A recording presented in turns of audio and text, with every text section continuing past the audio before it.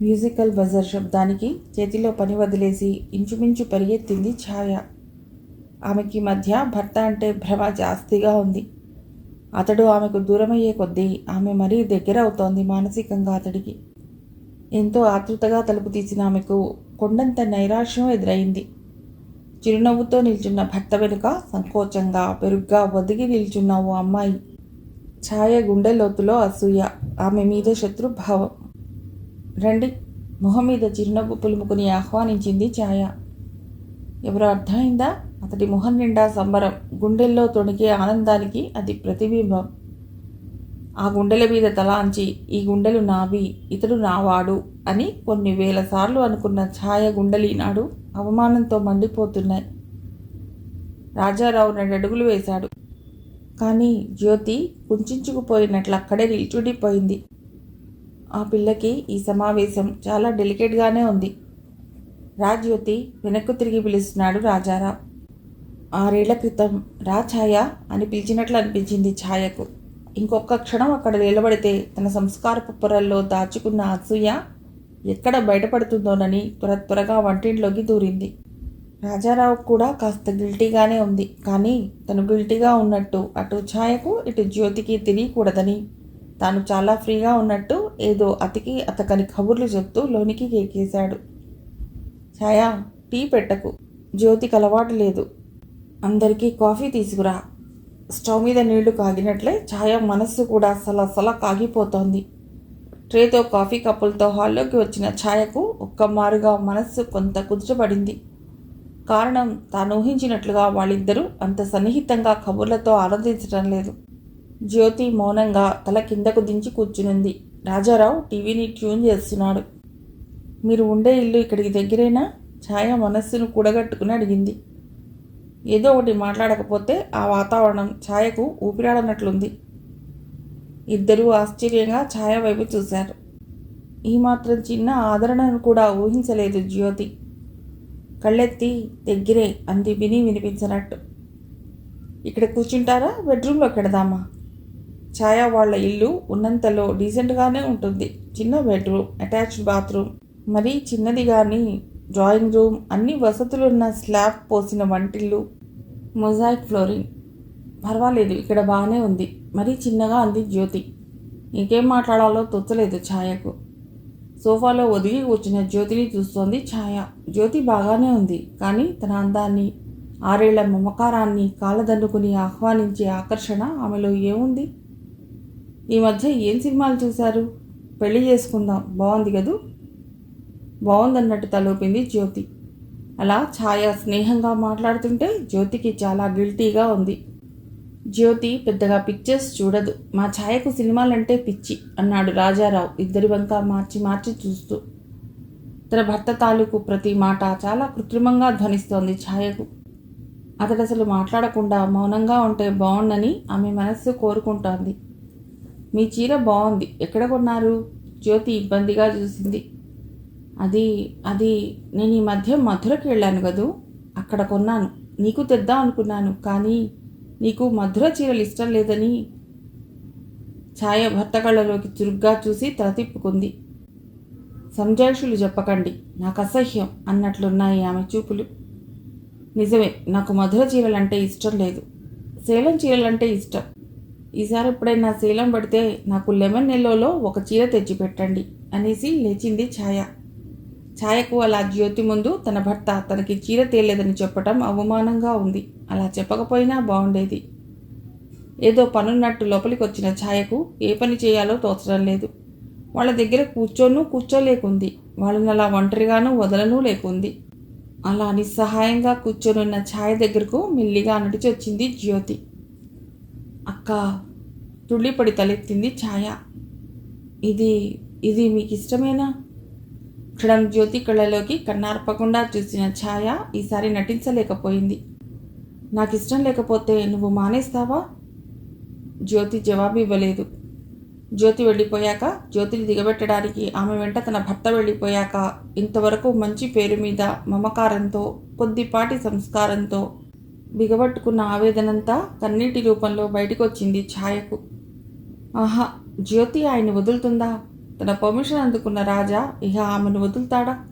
తన జీవితం ఇక ఇంతే. ఎంత పొరపాటు చేసింది తను. అప్పుడే గట్టిగా చెప్పేయవలసింది వీలు కాదని. ఆ రోజు అతని మీద మమకారంతోనో, ఆవేశంతోనో, విరక్తితోనో, అన్నీ కలిసిన భావావేశంతోనో అలాగే మీ ఇష్టం అంది. ఎంత పొరపాటు జరిగిపోయింది. జ్యోతిని, రాజాను ఒక దగ్గర చూస్తూ తను భరించగలదా? రాజాను కాదనుకుని తను బతకగలదా? ఏం చేయాలి తను? తన జీవితాన్ని భద్రపరుచుకునేందుకు తనేం చేయాలి? ఆమె తల బద్దలైపోతోంది. ఏడ్చి ఏడ్చి ఆమె కళ్ళు ఎండిపోయాయి. హుషారుగా మంచి స్పీడ్తో వచ్చి స్కూటర్కి స్టాండ్ వేసి ఇంట్లోకి నడవబోయిన రాజారావుకి నీరసం వచ్చేసింది. తామిద్దరూ కలిసి బయటకు వెళ్ళేటప్పుడు వాడే నవ్వుతాళ్ళు లాక్ వేలాడుతోంది తలుపుకు. ఛాయ ఎప్పుడూ ఎక్కడికి ఒంటరిగా సాధారణంగా వెళ్ళదు. ఆలోచిస్తూ బాల్కనీలోకి వెళ్లే మెట్ల మీద కూర్చున్నాడు. 2 నిమిషాలు గడిచేసరికి జ్యోతి ఆలోచనలు అతన్ని కప్పేశాయి. ఇప్పుడిప్పుడే జ్యోతి తనతో చనువుగా ఉంటోంది. పెళ్లి చేసుకుంటాడనే నమ్మకం ఛాయను చూశాక కానీ జ్యోతికి కలగనట్లుంది. నవ్వుకున్నాడు రాజారావు. ఇప్పుడు అతడికి జీవితం మరో రంగుల హరివిల్లులా ఉంది. ఈరోజు ఎన్ని కబుర్లు చెప్పింది జ్యోతి తమ భావి జీవితం గురించి, తను ఛాయ ఇష్టప్రకారమే నడుచుకునే వైనం గురించి. ఆఫీస్ అయిపోయాక 2 గంటల సేపు అక్కడే తామున్నట్టు ఇద్దరికీ గుర్తులేదు. ప్యూన్స్ చూస్తారు, ఇక్కడెందుకు? అలా పార్క్ వెడదాం రమ్మంటే రాదు, ఉత్త పిరికిది, పెళ్ళయ్యాక వెడదాం లెద్దురు అంటుంది అని తన కాబోయే భార్య పిరికితనానికి చాలా ఆనందిస్తున్నాడు రాజారావు. అయ్యో మీరు వచ్చేసారా? ఎంతసేపు అయింది అండి వచ్చి అన్న భార్యని చూసి తర్వాత టైం చూసుకున్నాడు రాజారావు. తానొచ్చి అప్పుడే 1 గంట అయింది. జ్యోతి ఊహల్లో తనకంత టైం అయినట్టే గుర్తులేదు. నేల మీద చతికిలబడి పడుకున్నాడనే ధ్యాసే లేదు. ఇప్పుడే ఎక్కడికి వెళ్ళావు అంటూ ప్యాంటు కట్టుకున్న దుమ్ము దులుపుకున్నాడు. ఛాయ జవాబు చెప్పకుండా ఎంతకీ రాని తాళం కప్ప తీసే ప్రయత్నంలో ఉంది. ఏది ఇలా ఇవ్వు, నేను తీస్తాను అంటూ భార్య చేతిలో తాళం అందుకున్నాడు రాజారావు. అతడికి ఆ రోజు చాలా హుషారుగా ఉంది. ప్యాంటు మార్చుకుని లుంగీ కట్టుకుంటూ ఏకంగా వంటింట్లోకి వచ్చి పీట మీద కూర్చున్నాడు. ఛాయ, చాలా ఆకలిగా ఉంది, అన్నం వడ్డించే, ఈరోజు టిఫిన్ వద్దు. అయ్యో అన్నం ఇంకా వండలేదండి. మీరు నాకు సాయం చేస్తానంటే ఎంత చిటికలో చేసేను. రాజారావు కంటే ఉత్సాహంగా ఉంది ఛాయ. ఈరోజు ప్రత్యేకంగా తయారైంది, పెళ్ళైన కొత్తలో తయారైనట్టు. పైగా మత్తెక్కిస్తూ తలలో తట్టెడు మల్లెపూలు. ఛాయ వైపు నుండి రాజారావు చూపులు మరల్చుకోలేకుండా ఉన్నాడు. 10 రోజుల నుండి ఛాయ చాలా విరక్తిగా ఉంటుంది. ఈరోజు ఛాయలో హఠాత్తుగా చాలా మార్పు. దేవిగారు చాలా బాగున్నారు. ఎక్కడి నుండి? గుడి నుండా? ఉల్లిపాయల బుట్ట ముందు బాసింపట్టు వేసి కూర్చుని ఉల్లిపాయలు ఒలిచే ప్రయత్నం చేయబోతూ అడిగాడు. ఛాయ అలా హుషారుగా ఉండటం రాజారావుకి సంతోషంగా ఉంది. అతడిలో గిల్ట్నెస్ కొద్దిగా తగ్గినట్టుంది. గుడి నుండి కాదండి, మీరెంతసేపటికి రాకపోతే విసుగొచ్చి అలా భారతి వాళ్ళింటికి బయలుదేరాను. పక్క వీధిలో కృష్ణారావు మీకు తెలుసు కదూ?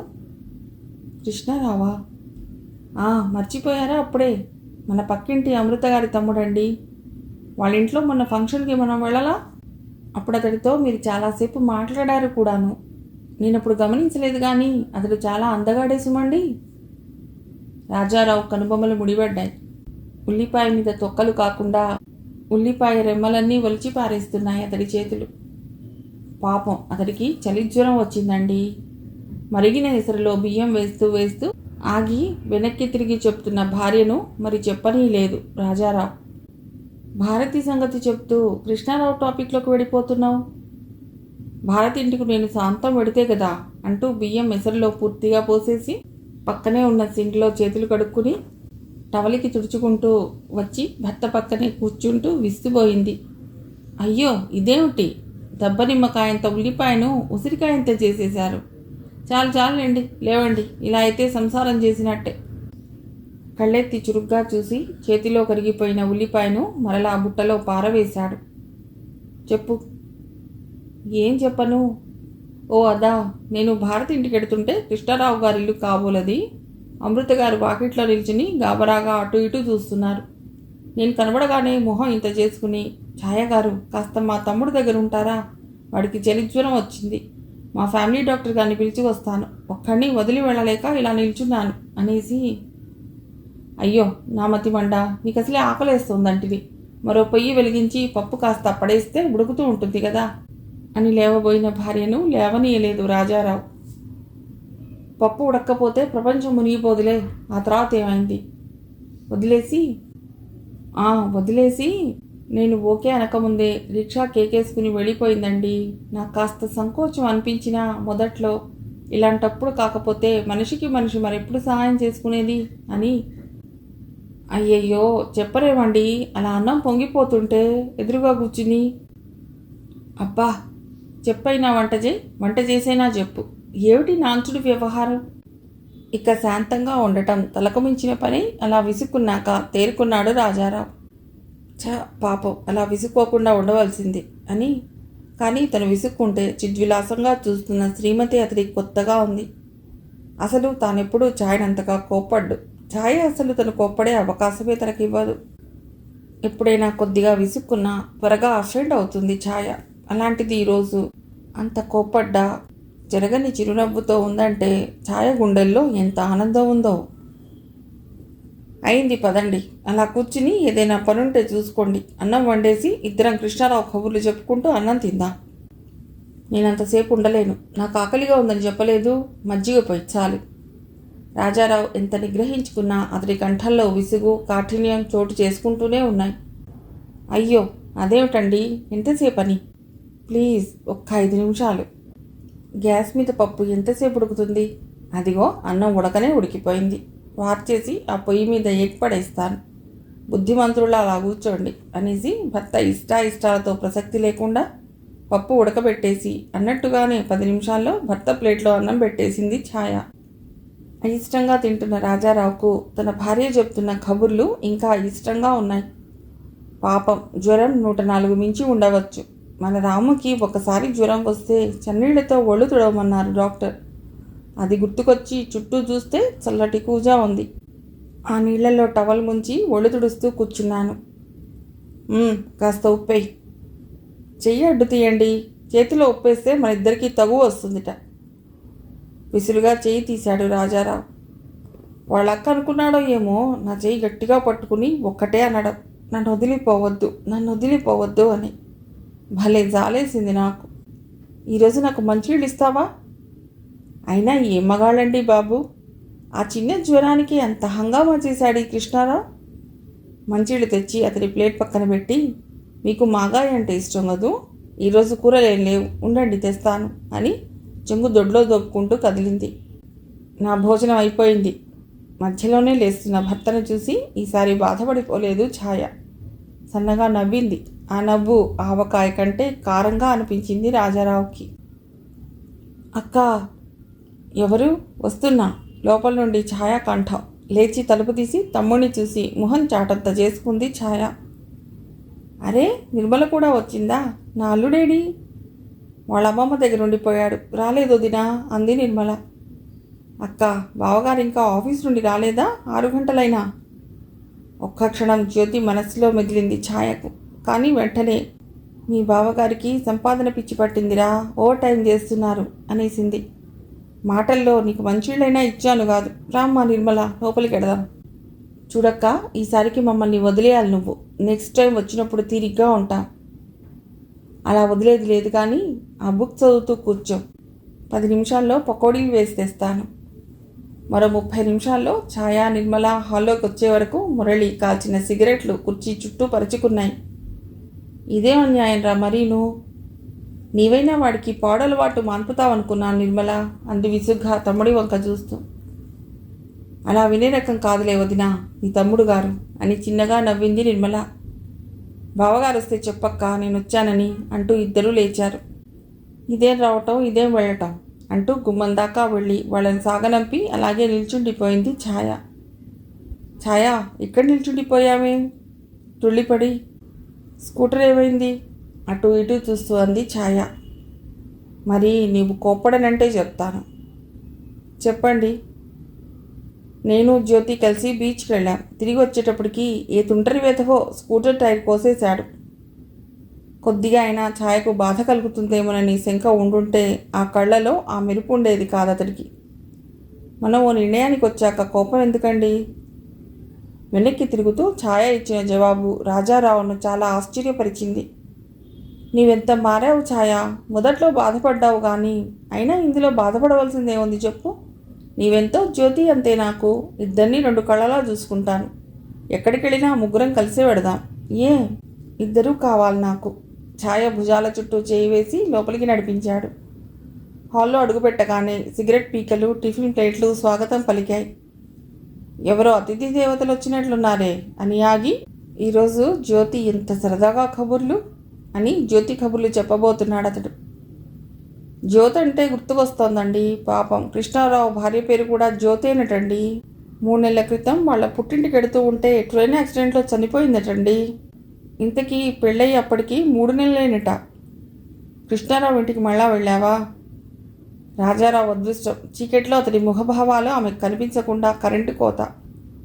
ఉండండి, క్యాండిల్ వెలిగించి తెస్తాను. గది నిండా క్యాండిల్ పరిచిన సన్నటి వెలుతురు. ఏమిటన్నారు? కృష్ణారావు ఇంటికి వెళ్ళావా అనే కదా. అమృత గారు నా సహాయం గురించి చెప్పారట. కోలుకోగానే నాకు థ్యాంక్స్ చెప్పడానికి వచ్చాడు. పాపం చాలా చిక్కిపోయాడండి. అబ్బా, అతడు మాట్లాడుతూ ఉంటే రెప్ప వేయకుండా చూస్తూ వినాలనిపించింది అనుకోండి. మాట్లాడిన టాపిక్ మాట్లాడకుండా కబుర్లు చెప్పాడు. అసలు నాకు బయట చీకటి పడిందనే తెలియలేదు సుమండి అతని కబుర్లు వింటుంటే. మళ్ళా అప్పుడప్పుడు రండి. ఆదివారం అయితే మా శ్రీవారు కూడా ఉంటారని చెప్పాను. ఏదో చెప్పబోయారు ఇందాక మీరు. ఏమీ లేదులే, ముందు నువ్వు వెళ్ళి నా స్నానానికి నీళ్లు తోడతాను కానీ ఇంతలో సిగరెట్ వెలిగించడం ఎందుకండి? అన్నట్లు సిగరెట్ చూస్తే గుర్తొచ్చింది, ఆ కృష్ణారావు కూడా చైన్ స్మోకర్ అనుకోండి. చూడండి ఎన్ని సిగరెట్ పీకలో. ఆరోగ్యం చెడిపోతుందండి, తాగకండి అని మీకు చెప్పినట్లే చెప్పాను. పాపం చాలా డీలాగా. సారీ ఛాయ్ గారు, నాకు ఈ అలవాటు జ్యోతి పోయినప్పటి నుండి ఎక్కువైపోయింది. మీ మాట ప్రకారం తగ్గించడానికి ప్రయత్నిస్తాను అని ఎంతో బుద్ధిగా అన్నాడు. అతడు నయం కదా మీకంటే. చెప్పగానే ప్రయత్నిస్తానన్నాడు. మీకు చెప్పి చెప్పి నోరు పోతుందే కానీ వినరు కదా. పరాయి ఆడది ఏది చెప్పినా స్వీట్గానే ఉంటుందిలే మగాడికి. విసురుగా టవల్ భుజాన వేసుకుని బాత్రూంలోకి వెళ్ళిపోయాడు. అలా వెడుతున్న భర్తని చూసి పైకి సన్నగా నవ్వుకుంది. కానీ ఛాయ గుండెల నిండా ఏదో బరువు. ఇష్టం లేని పని బలవంతంగా చేస్తున్న వెలితి, అసంతృప్తి. భర్త కౌగిట్లో ఉన్న ఛాయకు చాలా అసహనంగా ఉంది. అతడు అరగంటగా ఏవేవో కబుర్లు చెప్తూనే ఉన్నాడు. అలా రోజంతా ఎవరికి వారే కష్టపడి ఏ రాత్రో ఒకరి కౌగిట్లో ఒకరు ఒరిగిపోయి ఒకరి కబుర్లు మరొకరు ఆసక్తిగా వినటం. నువ్వే నేను, నేనే నువ్వు అన్నట్టుగా మాట్లాడుకోవటం ఛాయకు ఎంతో ఇష్టమైన సంగతైనా ఇలా భర్త కౌగిట్లో ఓ పరాయి ఆడదాని గురించి వినటం ఛాయకు బొత్తిగా నచ్చటం లేదు. ఇహ నువ్వు పిలిచిన చోటికల్లా నేను రానంటున్నానని నువ్వు బాధపడనక్కర్లేదు. మీరిద్దరూ కలిసి షాపింగ్కి వెళ్ళొచ్చు, సినిమాకి వెళ్ళొచ్చు, మీ ఫ్రెండ్స్ ఇళ్ళకి వెళ్ళొచ్చు. అతడు అలా చెప్తుంటే కళ్ళెత్తి చిరాగ్గా చూసింది ఛాయ. మభ్యపెట్టేదానికైనా కాస్త తెలివి ఉండాలి. ఎంత ఆకర్షణ మత్తులో ఉంటే మాత్రం అవన్నీ విని ఆనందించడానికి తనేం పసిపిల్లనా? స్కూటర్ ఆపేసి కారు కొనుక్కుందా నిదానంగా. ఛాయ మాట్లాడలేదు. ఈ మధ్య నటన ఎంత అనివార్యమైపోయినా ఒక్కోసారి తనకది శక్తికి మించిన పని అయిపోతోంది. ఏ ఛాయ మాట్లాడవు? కాస్త భుజం ఎత్తి తల వంచి ఛాయ బుగ్గ మీద సుతారంగా రాస్తూ అడుగుతున్న భర్త కళ్ళలోకి క్షణం చూసి నిదానంగా అంది ఛాయ. మీరీ మధ్య ఏది మాట్లాడినా జ్యోతి విషయం తప్ప మరేదీ ఉండటం లేదు అందులో. మొదట కాస్త కంగారు పడ్డాడు రాజారావు. తర్వాత నవ్వేస్తూ అన్నాడు, మళ్ళా అసూయ పడుతున్నావు కదూ? ఛాయా, నిజమే. నువ్వు అలా అంటుంటే నాకు నిజం అనిపిస్తోంది. అలా అని నేను నెగ్లెక్ట్ చేస్తున్నాను అనుకోకు. నిజం చెప్పాలంటే నాకు జ్యోతికి మధ్య ప్రస్తుతం ఉన్నది ఎక్కువగా ఆకర్షణ. ప్రకృతి సిద్ధంగా ఒక ఆడదానికి ఒక మగవాడికి మధ్య ఆకర్షణ ఉండి తీరుతుంది. దాన్ని తప్పంటారు అందరూ. కానీ నా ఉద్దేశంలో అది తప్పు కాదు. అది న్యాచురల్ ఇన్స్టింక్ట్. వెర్రిగా చూసింది ఛాయ. ఛాయ, నువ్వు కాస్త ఆ అసూయను పక్కకు పెట్టే. మనమందరం సుఖపడతాం ప్లీజ్. అతడు ఆమెను చుట్టుకుంటున్నాడు. ఛాయా, ఛాయా, నువ్వంటే నాకు చాలా ఇష్టం. నువ్వు లేకుంటే నేను బతకలేను. ఛాయ కరిగిపోతోంది. ఛాయా, నువ్వు చాలా బాగున్నావు ఈరోజు. కానీ ఈ మధ్య నీ చర్మం రఫ్గా తయారవుతోంది. ఏదైనా క్రీమ్ కొనుక్కుని రాసుకోకూడదు? ఛాయ అతడిలో ఐక్యమైపోతోంది. జ్యోతి చర్మం చాలా స్మూత్గా ఉంటుంది ఛాయా. ఛాయకు తెలివచ్చింది. అతన్ని నెట్టేసి లేచింది. ఉత్తరమైనా రాయకుండా వచ్చిన అమ్మను చూసి కళ్ళల్లో నీళ్లు తిరిగాయి ఛాయకు. ఈ మధ్య నిజమైన ఆప్యాయతకు వాచిపోతున్నట్లుగా ఉంది ఆమెకు. ఒక్క క్షణం ఆమెను వదిలిపెట్టకుండా తిరిగింది, కబుర్లు చెప్పింది. ఈ చీర నచ్చిందా ఛాయ? అల్లుడికి నచ్చుతుందో లేదో అంటూ చిగురు పచ్చకు మెజెంతా బార్డరున్న కంచి కతాన్ చీర కూతురుకు అందించింది. ఏమిటిది మమ్మీ నీ చాదస్సం? పెళ్ళై 6 సంవత్సరాలైనా ఎప్పుడొచ్చినా నాకు చీర తేవటం మర్చిపోవు కదా అంటూనే దాని అందాలు తిప్పించి మరలించి చూసుకుంటోంది ఛాయ. ఛాయకు కొత్త చీర కట్టందే మనస్సు నిలవదు. అప్పుడే ఆ చీర అంచుకు పసుపు రాసి స్టాండ్ మీద పడేసి బాత్రూమ్ వైపు నడిచింది. తలారా స్నానం చేసి తల చిక్కు తీసుకుని దొడ్లో పూసిన సన్నజాజులు కోసుకుని డాబా మీద ఎక్కి తలార్పుకుంటూ పూలు కట్టుకుంటూ ఆలోచిస్తోంది. వరండాలో చల్లటి గాలికి 2 కుర్చీలు వేసుకుని తీరిగా కూతురుతో కబుర్లు చెప్తున్న వర్ధనమ్మకు అప్పుడు గుర్తొచ్చింది కాబోలు. హఠాత్తుగా లేచి, ఛాయా తలుపేసుకో, మన పక్కింటి బామ్మగారి మనవరాల్ని ఈ ఊళ్ళో ఇచ్చారు, చూసొస్తాను, రేపు మళ్ళా ఎండ అనేసి ఆమె వెళ్ళిన మరో 10 నిమిషాల్లోనే రాజారావు వచ్చాడు. వస్తూనే పట్టు చీరతో, ఎప్పుడూ బయటకు తీయని చంద్రహారంతో, ఐషేడ్ వేసిన మెరిసే కళ్ళతో, వదులుగా వేసిన జడలో సన్నజాజులు గుబాళింపుతో ఎదురొచ్చిన శ్రీవతిని చూసి భారంగా ఉన్న అతడి మనస్సు సేద తీర్చుకుంది. 10 నిమిషాల క్రితమే జ్యోతి వల్ల అతడి మనస్సు కాస్త దెబ్బతింది. నీకో మంచి చీర కొని పెట్టాలి, షాపింగ్కి వెడదాం అని ఎంతో హుషారుగా ఉన్న రాజారావు హుషారును చంపేసింది జ్యోతి. సారీ రాజారావు, అన్నీ సక్రమంగా జరిగితే ముగ్గురం కలిసే వెడదాం, ఇప్పుడు రావాలని లేదు, ఏమనుకోకు. చాలా అవమానంగా ఫీల్ అయ్యాడు రాజారావు. తనెంతో ప్రేమగా ప్రజెంటేషన్ ఇస్తానంటే ఎంతో ఆనందపడిపోయి అంగీకరిస్తుందని, మరుసటి రోజు తన కోరిక మీద ఆ చీర ఆఫీస్కి కట్టుకొస్తుందని ఎన్నెన్నో మధురంగా ఊహించుకున్న తనకు ఎంత అవమానం ఇది. మారు మాట్లాడకుండా ఆఫీస్ వదలగానే ఇంటికి బయలుదేరాడు. ఈరోజు తను ఛాయతో ఎక్కడికైనా వెళ్ళాలనుకుంటూ ఇంటికొచ్చాడు. ఇంటికి రాగానే ఛాయ కడిగిన ముత్యంలా ఉంది. ఛాయ పిక్చర్కి ఎడదామోయ్ అనేసి హుషారుగా లోపలికి వెళ్ళిపోయాడు. ఛాయ గ్యాస్ అంటించి టీ చేసి వరండాలోకి వచ్చేసరికి రాజారావు రెడీ అయి కుర్చీలో కూర్చుని ఉన్నాడు. టీ అందించి, ఈ చీర బాగుందా? చీర వైపు చూసుకుంటూ మురిపెంగా అడిగింది ఛాయ. నీ సెలెక్షన్ ఎప్పుడూ బాగుంటుంది డియర్, పొదుపు చేసి ఈ నెల చాలా కాస్ట్లీ చీర కొన్నావే. ఛాయ బుర్రలో తళుక్కుమని చిన్న ఐడియా. సర్లేండి మరీ చెప్తురు, ఎంత పొదుపు చేస్తే ఇంత మంచి చీర కొనగలను? ఇప్పుడే కృష్ణ వచ్చి వెళ్ళాడు. ప్యాకెట్ చేతిలో పెట్టేసి వద్దనే అవకాశం ఇవ్వకుండా వెళ్ళిపోయాడు. ఏవైనా అతడి సెలెక్షన్ చాలా నచ్చింది సుమండి నాకు. అయినా ఎప్పటి నుంచో ఇలాంటి చీర కొనుక్కోవాలనుకుంటున్నాను. నా మనసులో కోరిక తెలిసినట్లు అలాంటి చీరే ఇచ్చాడు. రాజారావులో హుషారు కరిగిపోయింది, నీరసం వచ్చేసింది. నాకు అదేంటో చిన్నప్పటి నుండి కృష్ణ అనే పేరు చాలా ఇష్టం. ఓరగా భర్త ముఖ కవళికలు గమనిస్తూ అంది. మీరు జ్యోత్ అంటే నాకు చాలా ఆకర్షణ ఛాయ, ప్లీజ్ నన్ను అర్థం చేసుకో అంటే మిమ్మల్ని అర్థం చేసుకోలేకపోయాను. కృష్ణని చూశాక నాకు మీరు చెప్పిన థియరీ కరెక్టే అనిపిస్తోంది. మీరు జ్యోతిని చేసుకుంటానన్నప్పటి నుండి చాలా ఒంటరిగా ఫీల్ అవుతున్నానండి నేను. బహుశా నా మనస్సు పడే ఒంటరితనమే అతన్ని నాకు దగ్గర చేసిందేమో. అసలు కృష్ణతో ఇన్ని గంటలైనా గడపాలనిపిస్తుంది. అతడు ఎంత బాగా కబుర్లు చెప్తాడని ఎంతసేపైనా అలా వింటూ ఉండాలనిపిస్తుంది. నిజం సుమండి, ఏమిటో అనుకునేదాన్ని ఆడా మగ మధ్య ఇంత ఆకర్షణ ఉంటుందని నాకు తెలియదు. రాజారావు భార్య వంక అప్రసన్నంగా చూస్తున్నాడు. ఈరోజు వాళ్ళ గులాబీ చెట్ల మధ్యకి వెళ్ళాను సరదాపడి. నా బుగ్గ మీద వెచ్చటి గాలి తగిలి పక్కకు తిరిగి చూద్దును కదా కృష్ణ. నా వాళ్ళంతా పులకరించినట్లయింది. మీతో అలవాటైపోయిందో ఏమిటో నాకు ఈ మధ్య మీతో అలా అనిపించడం లేదు. రాజారావుకు ఎవరో తనని హత్య చేస్తున్నట్లుంది. మీరంటారు ఆడా మగ మధ్య స్వేచ్ఛ ఉండాలి, ఎవరి మీద కోరికే ఉంటే అది తీర్చేసుకోవాలి అని. కానీ ఏమిటో చిన్నప్పటి నుండి పాతివ్రత్యం మీద మమకారం, ఇంకా అది చావటం లేదు. అందుకే అతడి నుండి తప్పించుకుని పారిపోయి వచ్చాను. రాజారావుకి కాస్త రిలీఫ్ అనిపించింది. పాతివ్రత్యం మీద ఆ మమకారం తన భార్యలో ఎప్పుడు చచ్చిపోతుందో అని భయంగానూ ఉంది. అరే కబుర్లలో పడి మర్చిపోయాం, సినిమాకి వెడదామంటిరే. రండి రండి వెడదాం. ఇంకా టైం కాలేదు. మధ్యలో కృష్ణుని పికప్ చేసుకుని వెడదామా? కానీ ఈ స్కూటర్తో గొడవ, ముగ్గురు ఎక్కడానికి లేదు. పర్లేదులేండి, చెప్పేసి మనం పెడితే వెనక రిక్షాలో వచ్చేస్తాడు. లేవండి మరి. రాజారావుకి లేచే శక్తి కాదు కదా, భార్యకు జవాబు చెప్పే శక్తి కూడా లేదు. తన భార్య నోటి వెంట తను కల్లో కూడా ఊహించని మాటలు వింటూ నీరసంగా అన్నాడు. నాకు బాగోలేదు ఛాయ, కాస్త థర్మామీటర్ తెస్తావా? అతడు భార్య నుండి తప్పించుకోను అలా అంటే భర్త నుండి తన ముఖాన్ని దూరం చేయను. భర్త అడిగిందే తడుగు లోపలికి వెళ్ళిపోయింది ఛాయ. ఇలా భర్త ఎదురుగా మరో పరాయి మగవాడి గురించి మాట్లాడవలసి రావటం ఇంత దౌర్భాగ్యం. మిగిలిన కథ తర్వాతి భాగంలో.